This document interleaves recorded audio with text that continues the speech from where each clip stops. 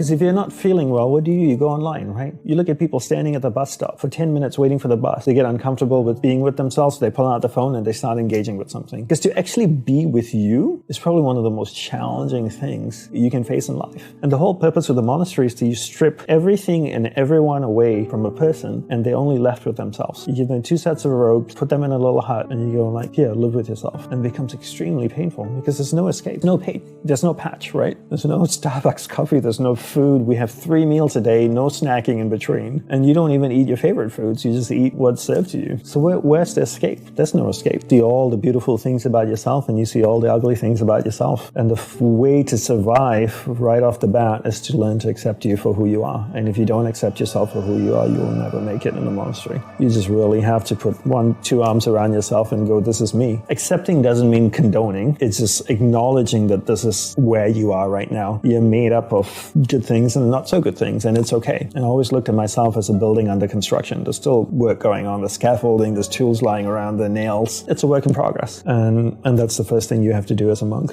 is accept yourself for who you are. Because as soon as you go in, you're going to see everything. And if you don't accept yourself for who you are, you'll want to leave.